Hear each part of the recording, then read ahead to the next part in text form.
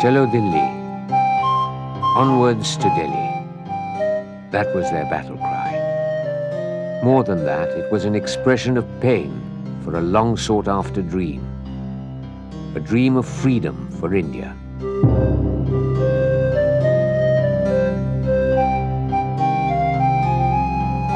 Give me blood and I'll give you freedom, he had said. And from Singapore, on that overcast July day in 1943, the Azad Hind Fauj would begin its march to Delhi.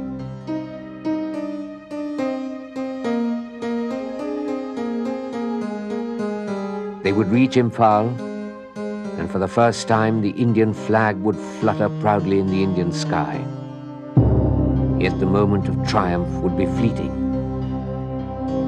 In the jungles of Burma, the forgotten army would make one last stand, and their dream was to shatter in the pain of defeat.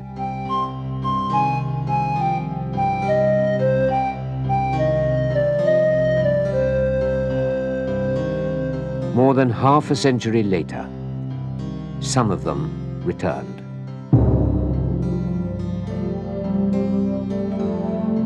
The Azad Hind Expedition would retrace that historic march. This is the story of those who returned.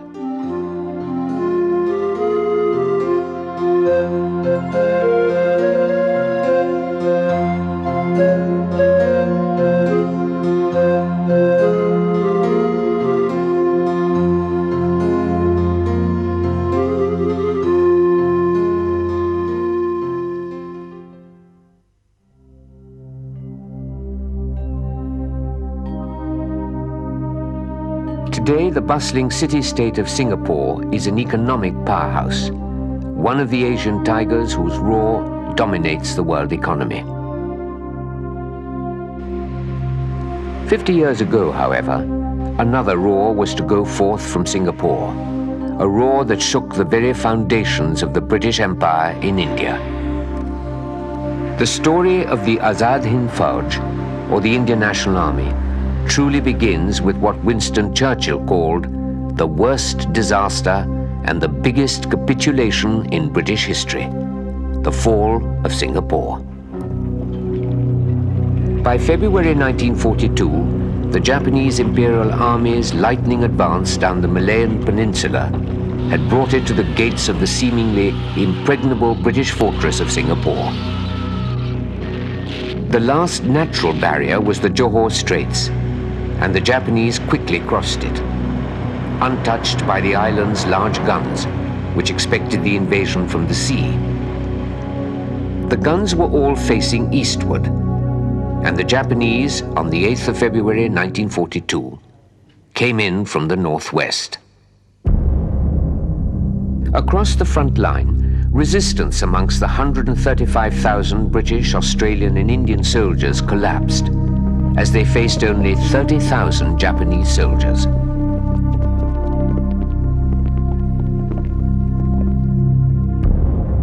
On the 15th of February, Singapore was within range of Japanese artillery.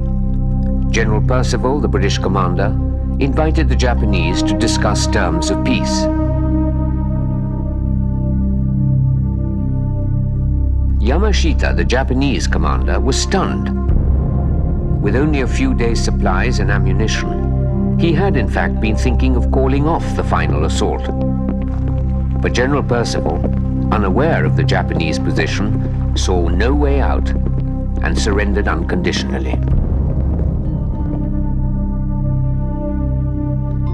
90,000 men were taken prisoner by the Japanese. Half of them were Indians. The next day, to their great surprise, the Indian prisoners were separated from their British comrades. On the 17th of February, the Indians received orders to march to a nearby football field called Farrer Park. Under an overcast sky that day, 1942, among those who gathered was a young officer of the British Indian Army, Captain Gurbaksh Singh Dhillon. बहुत change हो गया, इतना वो skyscrapers तो उस वक्त थे ही नहीं. 50 years later, he returns with Lieutenant Yadav to the place where they first heard about the Azad Hind Fauj. When I see this place, I'm reminded of 17th February 1942. General Percival had surrendered on the 15th evening, and we were spread out all over the island from different places. We were ordered to collect here what was called Old Race Course or Ferrer Park. So we came, and all this place was full of Indian soldiers. We were all without water, without food. We had assembled here. Just you imagine that we had lost the battle, and we didn't know what is in store for us. And then General Fujiwara, at that time a major, he came and he said, "You Indians have been surrendered to us as prisoners, and we are Asian, so are you. Your country, the land of Buddha, the land of Gandhi, they are fighting for their liberation. You soldiers should also come forward to fight. How can a brother keep a brother as a prisoner? For us, you are free people." And then he said that I hand you over to Captain Mohan Singh, the general officer commanding of the Indian National Army. That was the first time we heard that name. Earlier, Mohan Singh had become a Japanese prisoner of war in Malaya. He had taken upon himself the responsibility for forming an Indian National Army composed of Indian prisoners of war. Captain Mohan Singh, he said that who will volunteer for the freedom of India? So everybody, most of the people, they put their hands up instead of one, both hands up. And there were naras, slogans of Inqilab Zindabad, Azad Hind Zindabad, and that type of, you see. Some people threw their pagdis up into the air or caps up, and some people even stood up and jumped up. There was absolutely a change of mood from defeated people into something that we are going to achieve something. So I remained there throughout the night along with my men, struggling in the mind. And by the morning of 18th, I had decided that I will join the IN.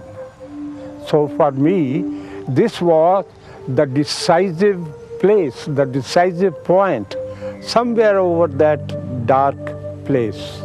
In between was I.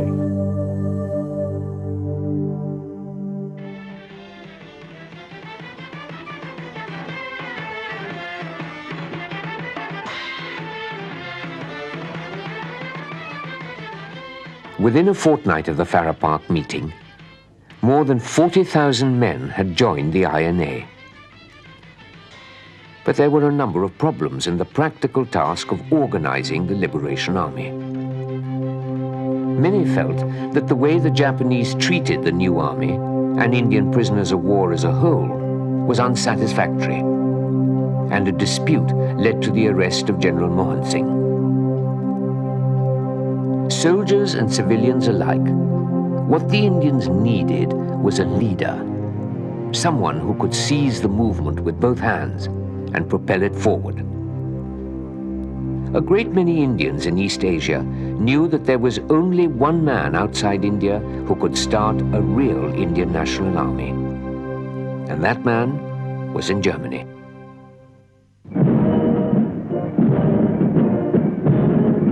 Subhas Chandra Bose had escaped from house arrest in India and reached Berlin in April of 1941.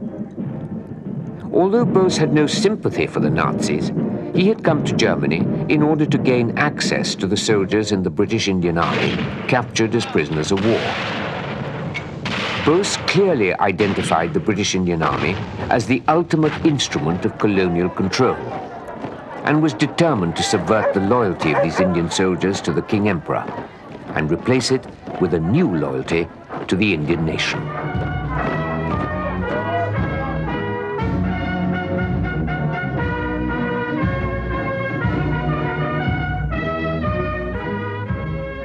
Bose dreamt of raising a legion of 50,000 and advancing overland along with German forces to drive the British from India. But only 4,000 soldiers joined, and the legion fell far short of an army fit to invade India.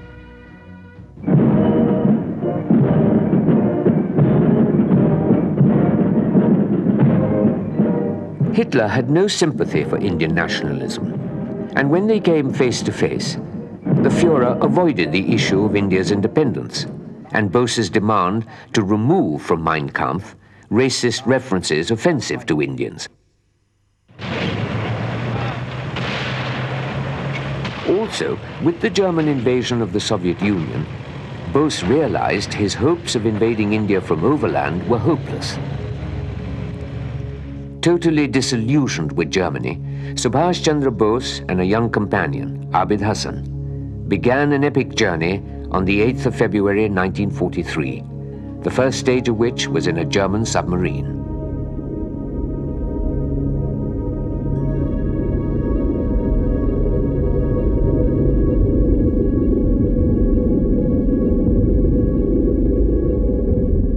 In enemy-infested waters near Madagascar, Bose was transferred to a Japanese submarine. After 90 days under the oceans, he arrived in Sumatra. From there, he flew to Tokyo, where he spent a couple of months. And on the 2nd of July, 1943, Subhas Chandra Bose arrived in Singapore.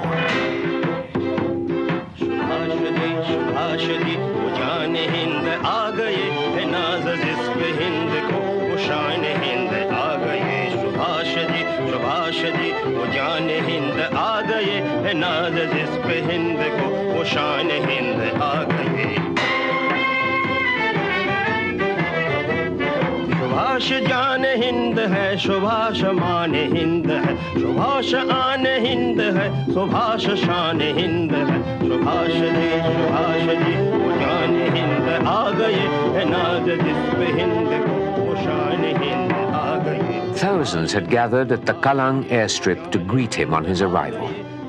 Among them was a young doctor, Lakshmi Swaminathan.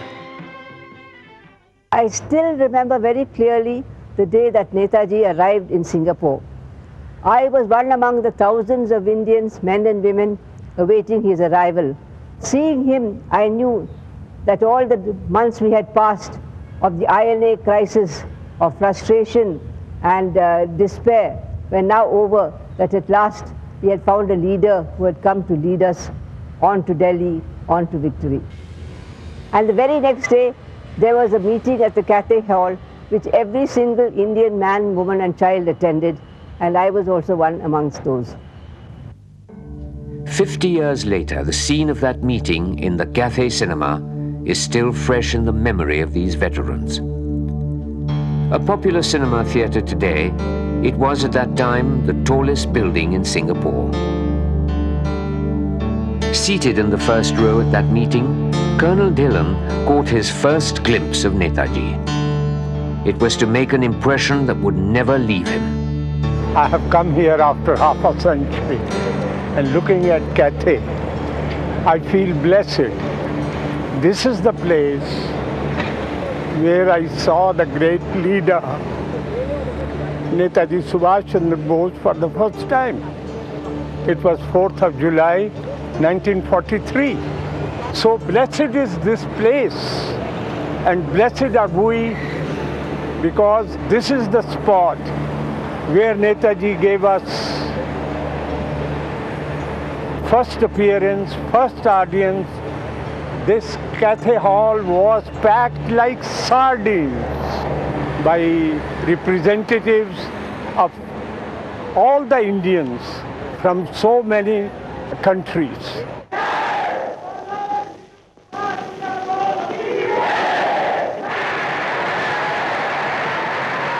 I was sitting in the front row near the dais and could see Netaji clearly. Rashbihari Bose, the president of Indian Independence League, got up and said, "I have brought for you the best specimen of an Indian, Subhas Chandra Bose." Then Netaji spoke. I shall never forget his words. We will encounter hunger, thirst, and death on the way. It cannot be said how many of us will return alive. The point is that in the end, we shall achieve our goal. India shall be free.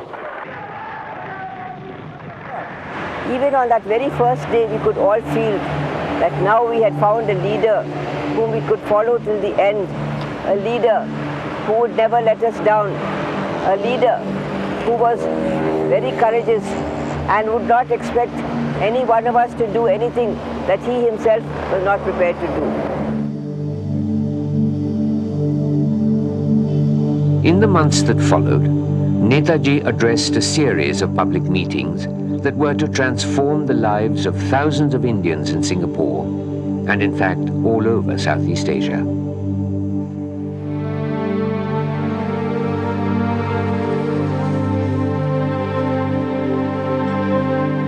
On the 6th of July, on this Maidan, in front of the Singapore City Hall, 16,000 Indian soldiers of the INA marched past Netaji as he took the salute from an improvised wooden platform hastily erected across the steps of the City Hall.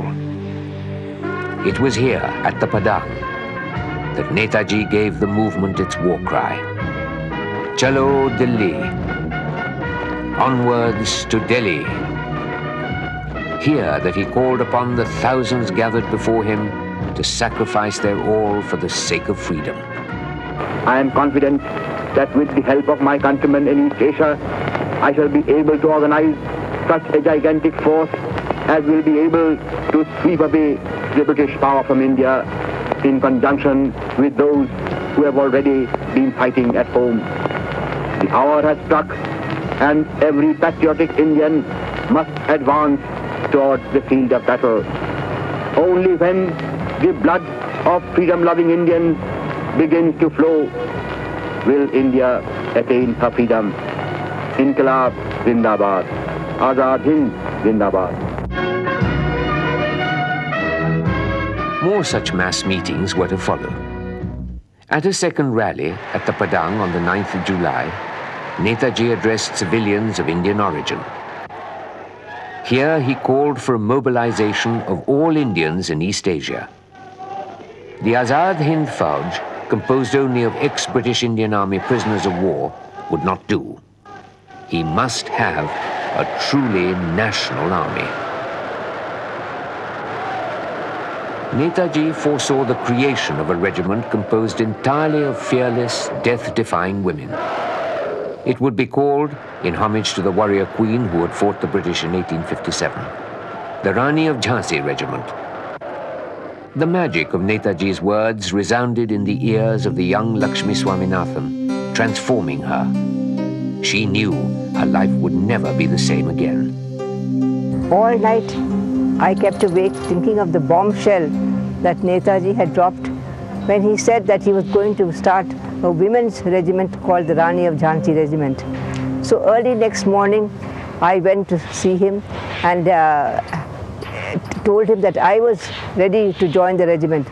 So he told me, "I want you to first understand that it's not just a propaganda stunt, but I want you to be trained as a proper infantry soldier and then to go to the front and take up arms and fight against the British." So I said, "When shall I start?" He said, "You can start from tomorrow."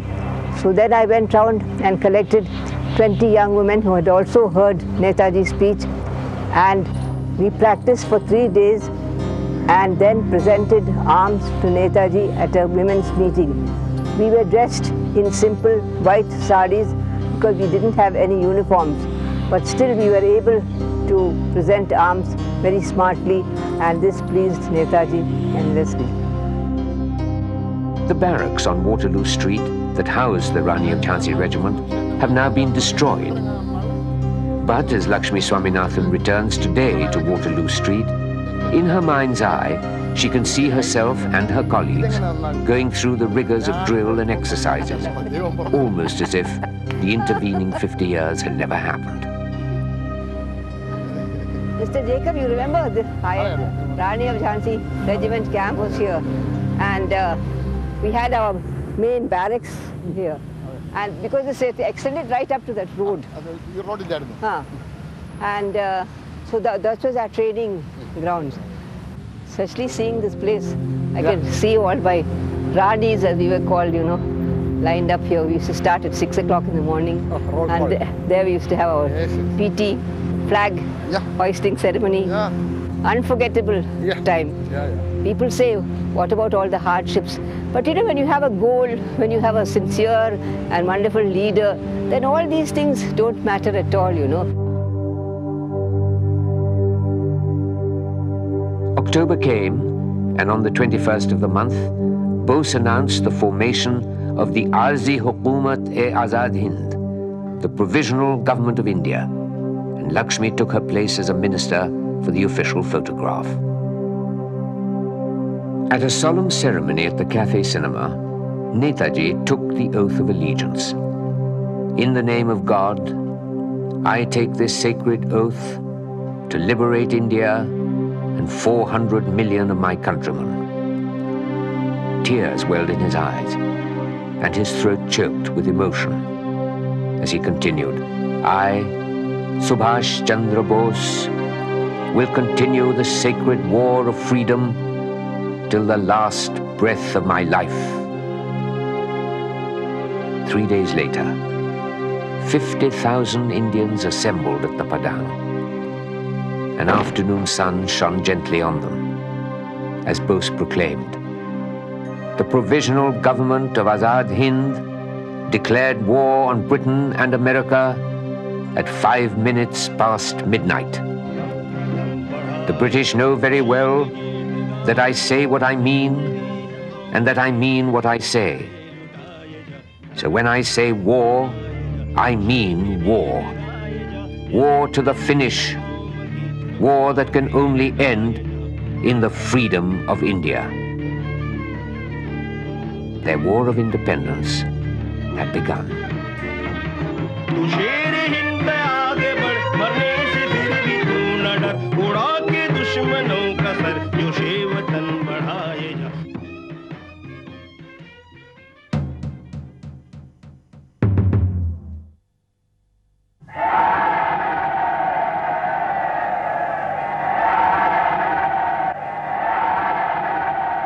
Singapore, renamed Sayonan by the Japanese, was established as the supreme headquarters of the INA. I am confident that with the help of my countrymen in East Asia, Netaji's appeal for total mobilization resounded through the Malayan Peninsula and evoked a tremendous response. From Penang to Johor Bahru, Indians came forth by the thousands to volunteer. Malaya became the INA's principal recruiting ground for civilian volunteers, as thousands upon thousands began enlisting. It was from the grounds here, at the Royal Selangor Club in Kuala Lumpur, that Netaji gave his call to his fellow countrymen in Malaya. On the evening of the 5th of September 1943, a 16-year-old girl, Janaki Thevar, arrived at the ground 2 hours early to get a good glimpse of the man she had read so much about in the newspaper. In August 1943, Netaji Subhas Chandra Bose arrived at this Selangor Club Padang. So I was preparing myself to come here by 6 o'clock, but then I had to leave the house at 2 o'clock in the afternoon. So I took my bicycle and paddled along. And from there I came right here, along this road here, left my bicycle on the drain there. There was a drain there. I just pushed my bicycle into the drain. By then there was crowds of people, thousands and thousands of people in this field, in this Maidan. And there I'm waiting for them, for Netaji Subhas Chandra Bose to arrive. At about 5 o'clock, Netaji Subhas Chandra Bose and his team of people arrived. As soon as he arrived, I was so happy to see him. I just didn't know what I was doing. I just chucked my bicycle, left my bicycle, and I was waiting for the moment. And then Subhas Chandra Bose was with Colonel Lakshmi and few other people on this place here. There was a big stage there. They were sitting down there. Then Netaji spoke about the Indians and what the Indians should do for their country at that time, you see, for the motherland. That he wanted all the Indians, whoever were here, to join the movement, that is the Indian National Army, and devote all their whatever they can for the country. Then he also asked them for whatever the things they could give. You see, he asked for money, cash or in kind. So I was just moved by that. By then, you see, they started shouting, Inqilab Jindabad, Inqilab Jindabad, Netaji Jindabad, Netaji Jindabad.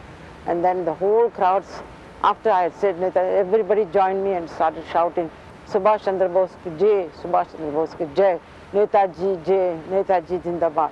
Then at once, after he had said that he wanted people to give the contribution, so I just kept out my bicycle and just took out my chain, took out my earrings and walked across the field and just handed over my earrings and my chain and my earrings to Subhas Chandra Bose and I gave it to him. Her life was to change that evening. As she cycled home after the meeting, she resolved to enlist in the INA and fight for her motherland, a motherland she had never seen. Then I went back home in the bicycle. By then it was already dark, 6 or 7 o'clock I think. There was no light in the bicycle. And the policeman stopped me and said, why are you driving in the dark? He stopped me. I said, I cried. I cried to him, then he let me go. So I went home.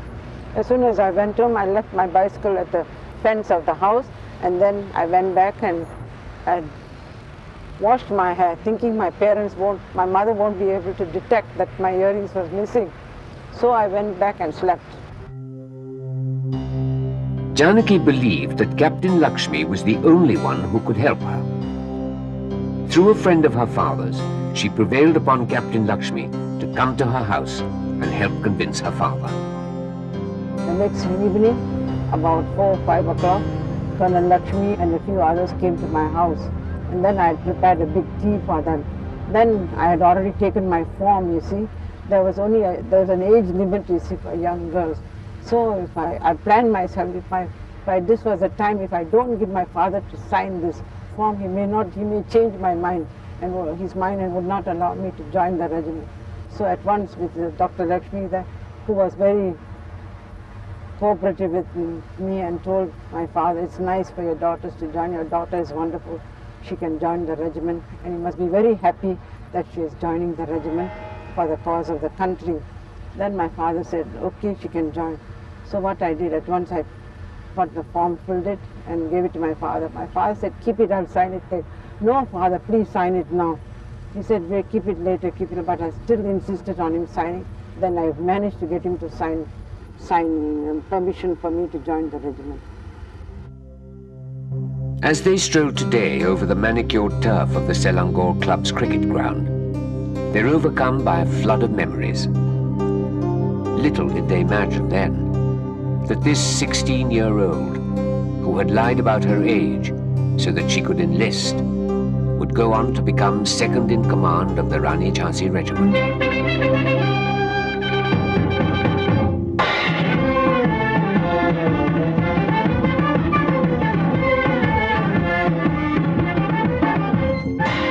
Within 5 months of Netaji's arrival in Singapore, the revitalized INA had begun to move up towards Burma, and by December 1943, the INA's 1st Division had reached Rangoon. The delta of the mighty Irrawaddy River is like a hydra-headed monster. The river flows into the Bay of Bengal through several mouths, on one of which lies the port town of Rangoon, Burma's most important commercial center for over 300 years, and its capital since Burma fell to the British in 1885.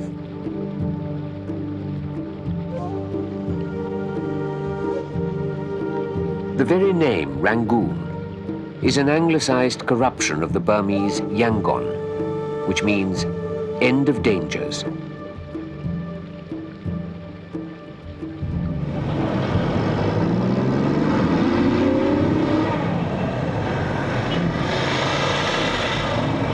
The supreme command of the INA was transferred from Singapore to Rangoon in January 1944.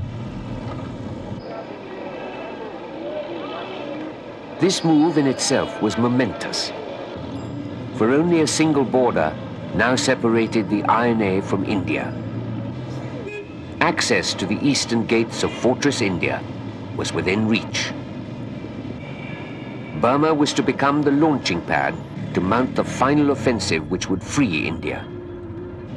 The march of the Army of Liberation seemed unstoppable. Rangoon became, in a manner of speaking, an extension of the Indian struggle for independence, its farthest defining point. Today, this city is a mosaic of ancient, colonial, and contemporary Burma.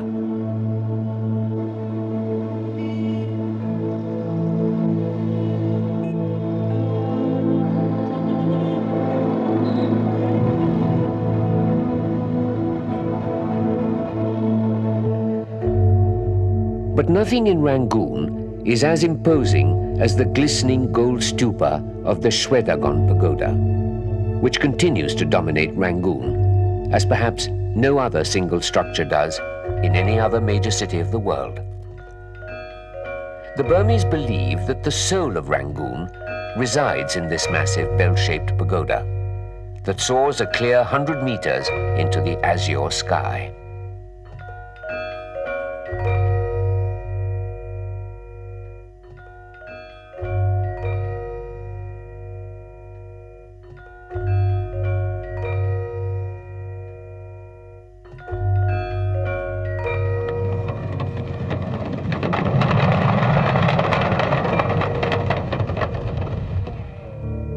Fittingly, when the INA's veterans retrace the route they took half a century ago, they first pay homage to the soul of the city that harbored their supreme headquarters during the war.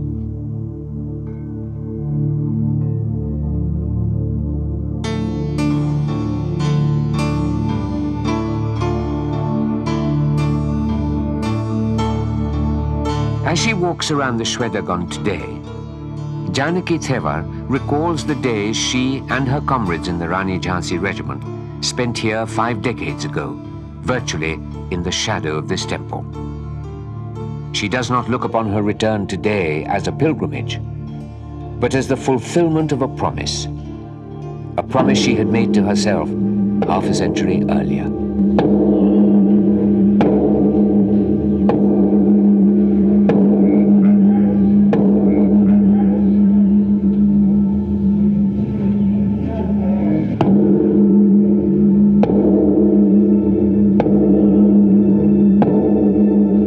After refreshing ourselves, after training, when we used to come back, we used to come to this Buddhist temple every evening. All the girls used to come here because we had nothing to do but just to come to the temple and pray for our success of achieving our goal to India. And then we made a wish. We used to come and hit the gong. Just before we were about to leave, Netaji came to the camp and he said, "I'm afraid, girls, you all have to go back home. Things are not so good, so you have to go back." So with a very heavy heart, we said, "We'll come back." But my girls didn't want to come because they said, "We don't want to go because we want to go and fight for India." And then I came myself alone. I hit the gong and I said to myself, I will come back one day, and I hit the. Now after 50 years I'm coming back to this country, which I feel very happy and proud.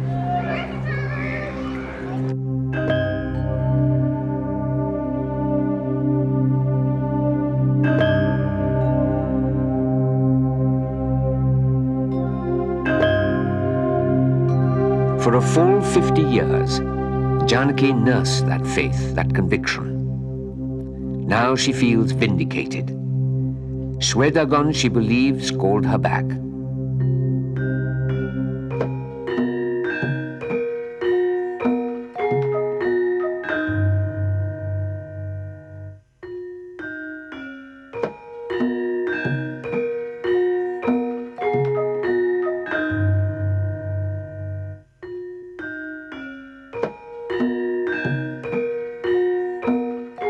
Janaki is not alone.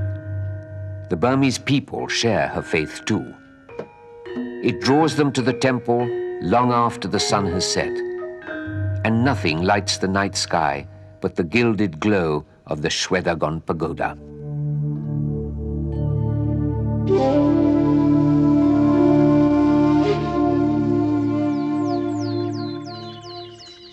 At first, everything seems as it always was, fixed and unchanging. But as the INA veterans move around the town, trying to locate the places and people of yesteryear, they begin to realize that Burma's apparent immutability is deceptive.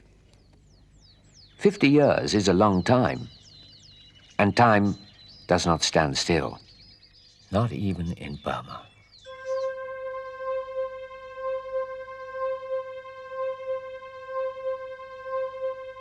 The Kambei Recruitment Center, once teeming with activity, is now an abandoned scrapyard.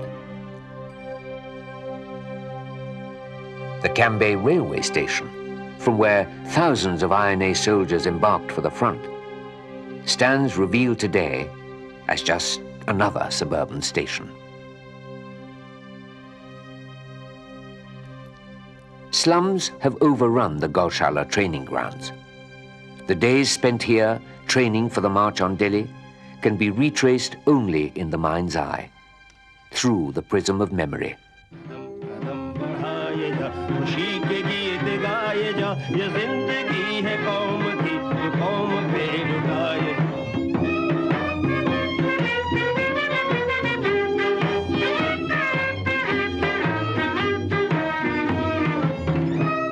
As they rediscover the city, the veterans discover a memorial to a man who is referred to as the father of the nation, General Aung San. A friend and admirer of Netaji's, Aung San sought to adopt the same strategy, seeing in Britain's travails his country's opportunity, in Britain's enemy his country's ally. Commanding the Burmese National Army, he had helped the Japanese to defeat the British and then declared Burma independent.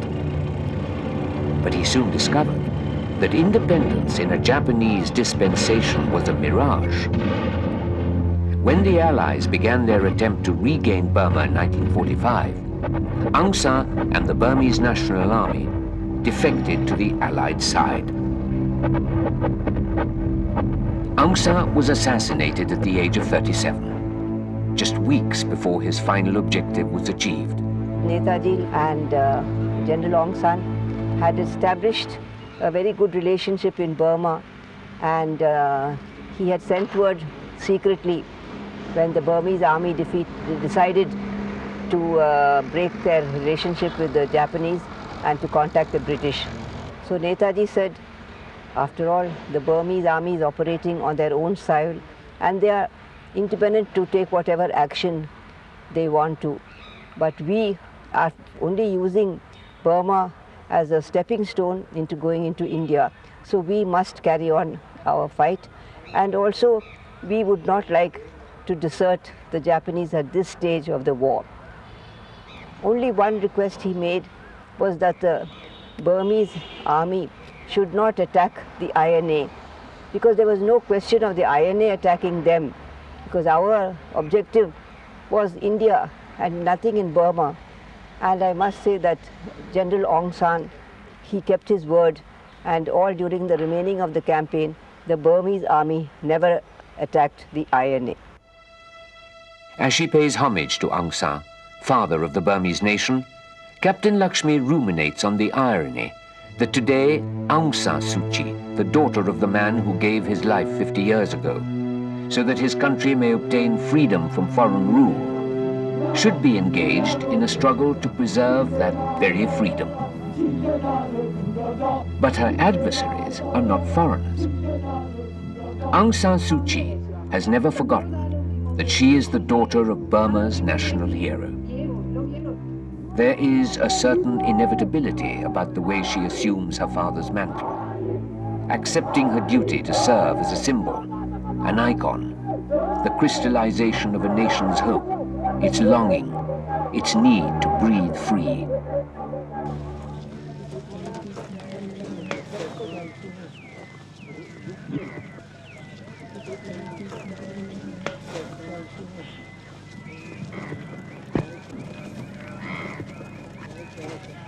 What the veterans are so eagerly looking for is the house that served as the INA's supreme headquarters, and where Netaji also stayed for some time. Will it still be there? Is the question they ask themselves. This is Jama House, Netaji's used office in olden days. Ormore was a child during the war, living on what was called Jamal Avenue. He recalls seeing many Indian soldiers in Rangoon and leads the veterans to a house where he remembers seeing Netaji. The veterans recognize the house.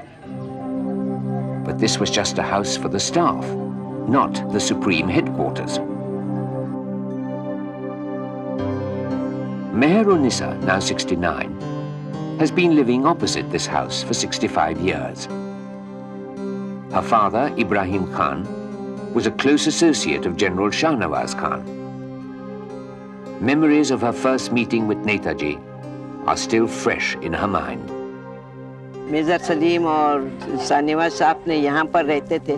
Subhash Chandra Bose साहब तो कभी कभी वो आते थे और कुछ एक दो दिन रहते थे, और अचानक एक दिन उनका तबीयत खराब हुआ, उनको पेचिश हो गया था। तो मेरे अब्बा ने कहा कि देखो नेताजी साहब का तबीयत खराब हुआ बेटी, तो कुछ बना के भेजना है।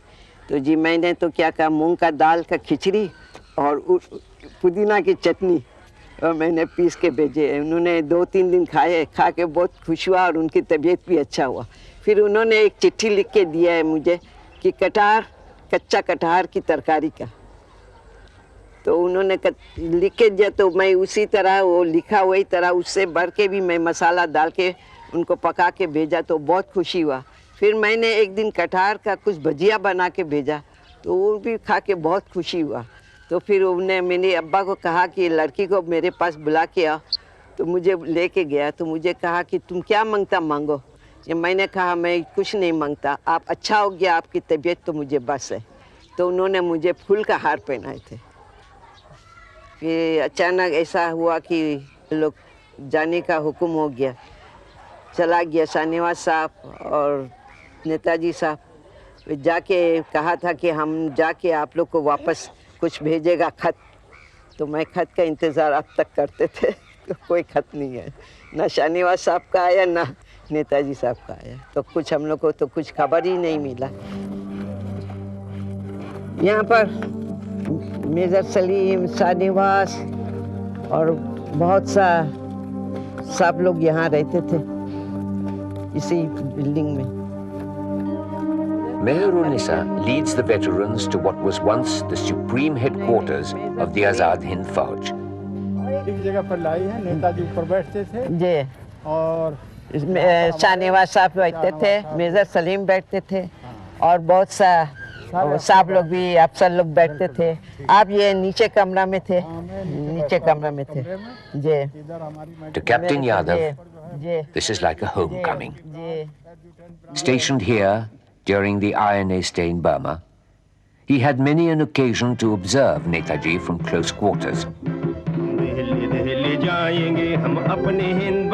Walking in this familiar courtyard, he can feel all over again the courage, resolution, and high degree of motivation the INA had reached by the beginning of 1944.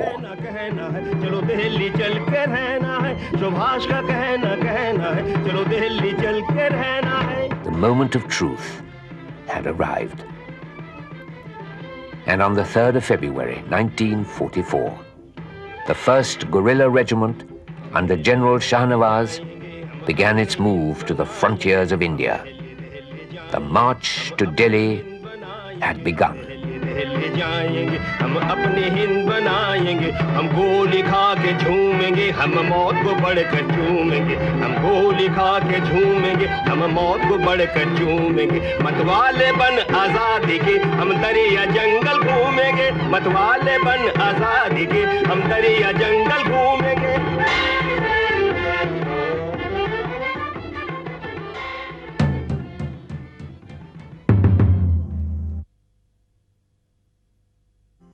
By early January of 1944, the INA had established its supreme headquarters in Rangoon, and by the end of the month, a full-scale attack was launched on two fronts, the Arakan and Imphal. While INA troops sped towards Imphal, Netaji established his advance headquarters at Memyo, a small town in the hills east of Mandalay. With their advance headquarters now at Memyo, the city of Mandalay became a transit center for the INA's troops.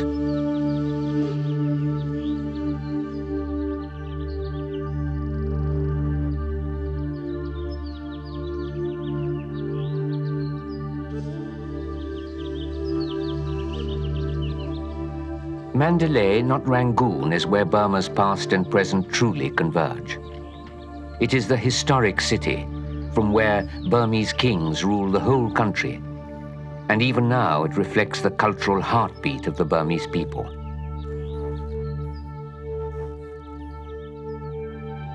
Netaji's first contact with Mandalay was during the 3 years he spent in jail there between 1924 and 1927 as a prisoner of the British. Years later, he would write, "Till then, Mandalay was but a name to us. I had a hazy idea that it was the capital of the last independent kingdom of Burma. But I remember distinctly that it was the place where Lokmanya Tilak had been imprisoned for nearly 6 years, and later on, Lala Lajpat Rai for about a year. It gave us therefore some consolation and pride to feel that we were following in their footsteps." As we drove to the prison inside the fort, outlined against the morning sky, we saw beautiful structures, which we were told were the palace and state buildings of the old kingdom. The memory of the good old days that were no more produced a pang in our hearts, and we began to wonder when Burma would once more be able to fly her flag of independence.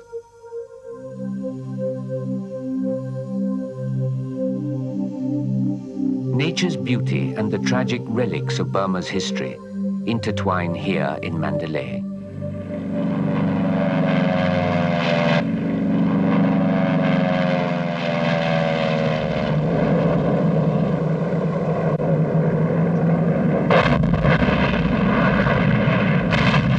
On the 20th of March 1945, this fort was bombed so heavily by the British that the interior of the fabled Golden City was reduced to rubble and ashes.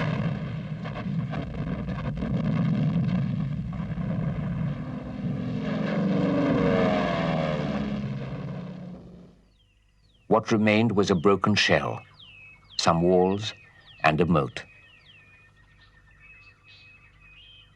Today, a replica of the once magnificent palace is all there is to remind one of Burma's past glories. Captain Lakshmi returns to this palace half a century after she first discovered it. And as she walks through the palace, she relives her days here with the women of the Rani Jhansi Regiment who were on their way to Memyo. As the sound of her footsteps resound in these empty spaces, she can, even now, hear the laughter of her comrades and see the shine in their eyes, so certain were they of victory then.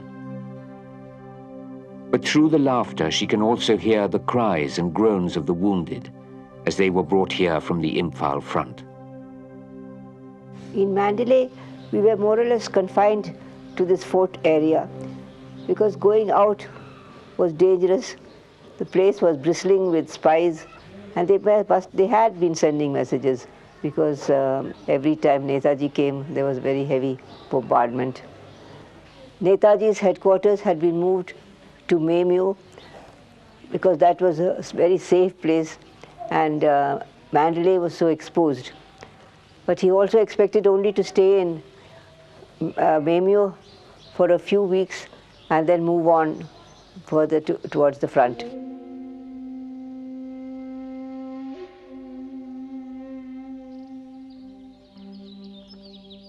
For months, this beautiful town on the edge of the Shan Plateau was to be the hub of the INA.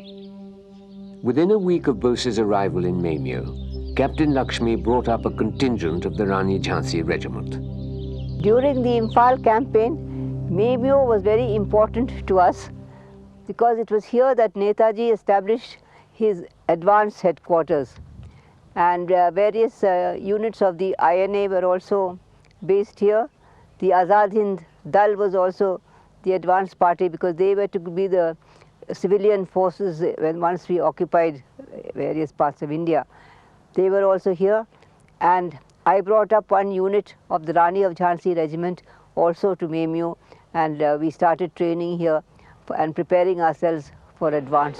Memio had traditionally a strong Indian population, and due to the war, most of the Burmese had fled the town and gone to various villages because they were afraid of being taken away by the Japanese to do labor, and later they were fear of air raids. But the Indians stayed on here, and they were most helpful to us in every way. Returning to Memio 50 years later, Captain Lakshmi didn't expect to find any of her colleagues. But a visit to a familiar house revealed Dr. Montu Banerjee. हम लोग बहुत दिनों के बाद इधर बोलिए ने 3,500 foot ऊपर चोटियों पर मुलाकात हो रहा है और आपको हम ले चलेंगे जो आपका प्यारा जगह था, यानी आपको दिन बचपन का दिन याद आ जाएगा आप लोग किस तरह INA में कटाते थे. Montu Banerjee was the main supplier of medicines to the INA and had become a close associate of Netaji's during the leader's stay in Memio.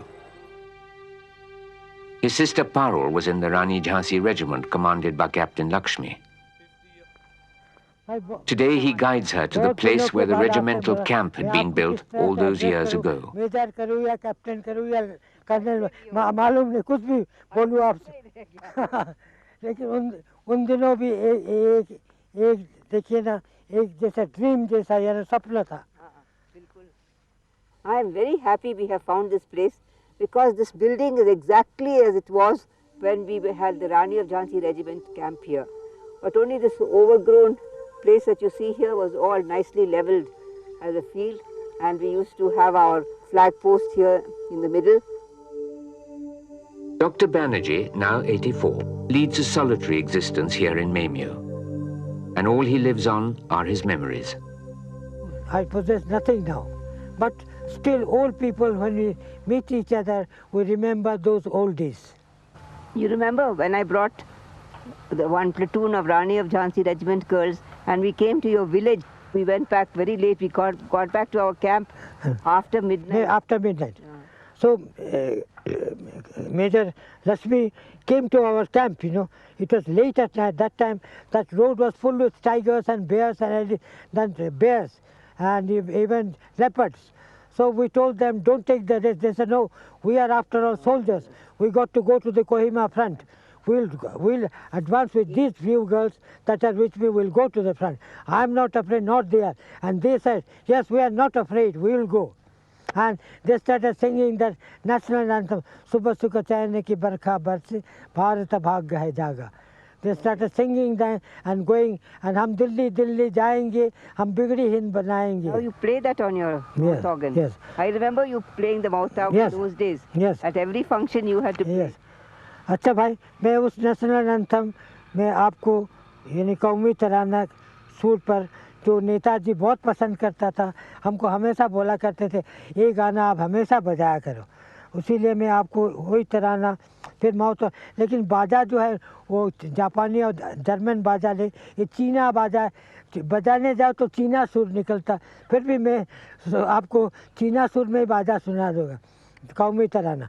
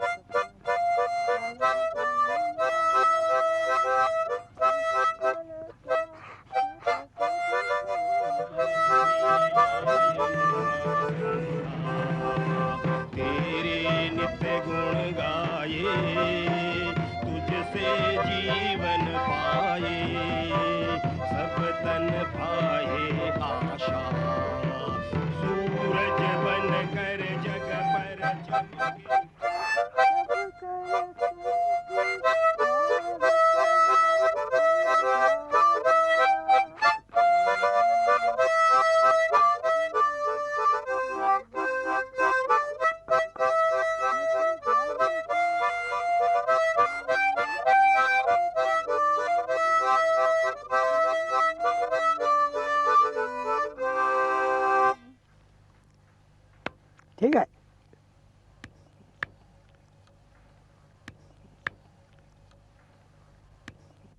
That other song he used to sing, हम दिल्ली दिल्ली जाएंगे, हम बनाएंगे. भूल गया sir. Delhi Delhi जाएंगे, हम बिगड़ी. हम दिल्ली दिल्ली जाएंगे, हम बिगड़ी बनाएंगे. सुभाष का कहना है कि हम दिल्ली जल कर रहना है. सुभाष का कहना है,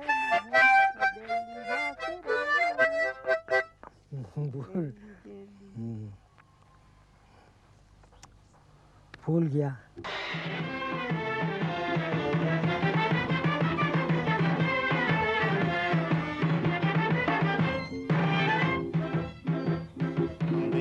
दिल्ली जाएंगे, हम अपनी हिंद बनाएंगे. हम दिल्ली दिल्ली जाएंगे, हम अपनी हिंद बनाएंगे.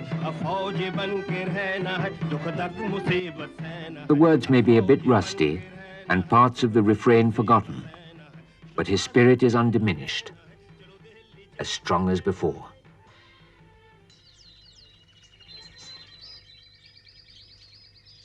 For Captain Lakshmi, coming to Memyo has been a journey of remembrance. Netaji's house stands exactly as it did during those war days.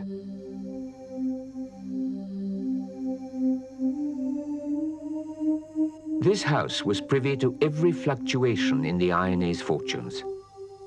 It was here that objectives were discussed, strategies devised, orders given and orders taken.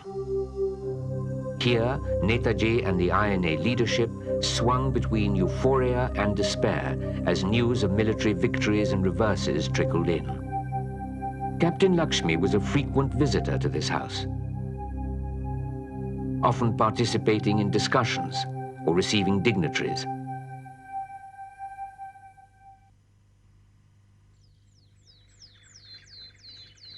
Today, only the walls remain, but they aren't silent. In her mind's eye, everything begins to come alive.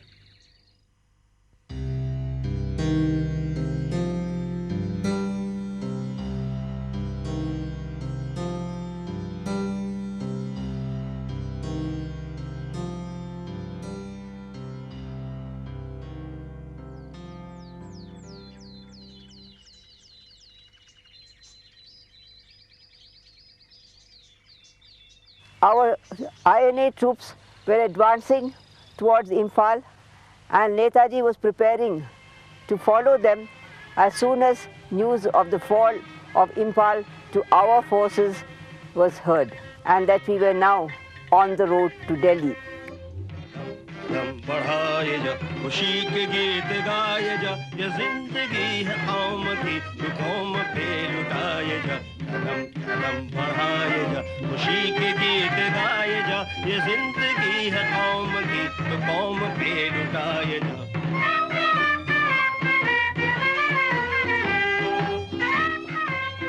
The Japanese and the INA had begun their offensive on the Imphal front in March of 1944. And on the 18th of that month, the INA had crossed the border. At last, they stood on Indian soil. In less than a month after that, Kohima had been surrounded. And on the 14th of April 1944, Sardar-e-Jung Colonel Shaukat Ali Malik hoisted the Indian flag at Moirang in Manipur. For the first time, the Indian flag could flutter proudly on its own territory.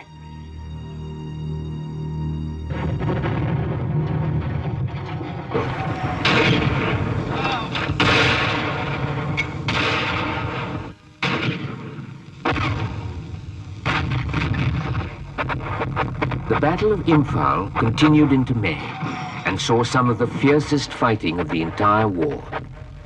The INA attempted to reinforce its position and tighten the noose around Imphal. But time was running out for the INA. The Burmese monsoon, with its awesome destructive force, was fast approaching. When Netaji came up here from Rangoon, he was full of hope because the INA was advancing towards Imphal, and it seemed as if they would be in Imphal soon. But unfortunately, the news that finally came was not favorable to us. The monsoon had set in early, the roads had all become slushy, and our whole army was bogged down. Added to that, we had no air cover at all. The British put their superiority in the air to great advantage. More than 300 flights a day were made and supplies were dropped to those under siege in Imphal. Surrounded on all sides and cut off from the rest of India, the Allied troops were nevertheless able to hold out. On the 1st of June, the monsoon broke over Burma in fierce torrents. Soon, the INA's lines of supply were no more than rivers of mud.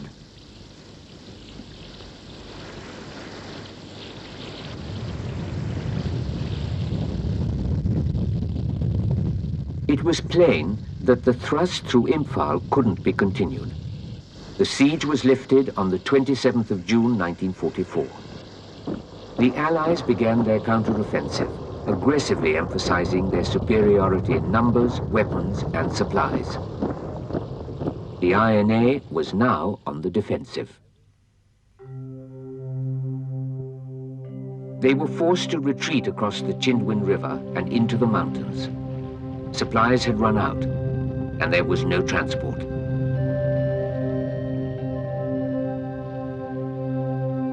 The INA lost 400 in battle, and another 1,500 to disease and starvation. No more than 2,600 survived the siege, and of these, 2,000 were in urgent need of medical care.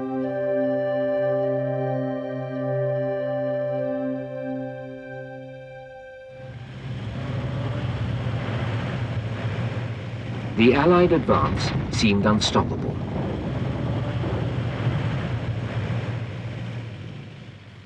The last time I came here was when Netaji invited me to dinner, and I found that General Shahnawaz had just come up from the front. General Shahnawaz gave Netaji a detailed picture of the front and the condition of our troops. And it was suggested that the Mount Popa Bagan area should be held across the Irrawaddy to prevent the British moving forward as rapidly as they were towards Yangon.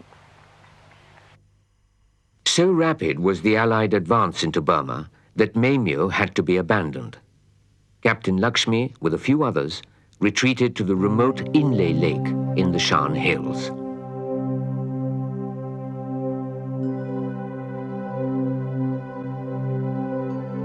The lake seemed a safe haven. The shadow of hostilities had not yet fallen on its placid surface. It would only be a matter of lying low until transport to Rangoon could be arranged.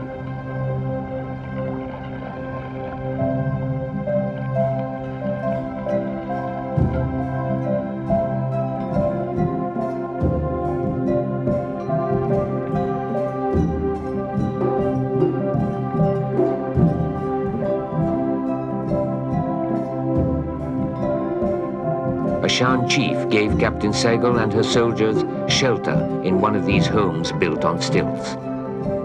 But the British were not to be thwarted. They had been on her tracks from October of 1943, when she became a minister in Netaji's government. And here, they finally pinned her down. Inle Lake, which is surrounded by the Shan Hills, seemed to be as peaceful as it is today.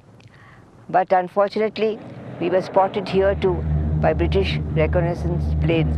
The enemy seems to have followed us in the air, because soon after we came, one morning I was going to the market, and as I was crossing a field, a lone enemy fighter came and swooped down so low that though I lay down on the ground, I could feel the heat of the propeller, and my shirt was also lifted up.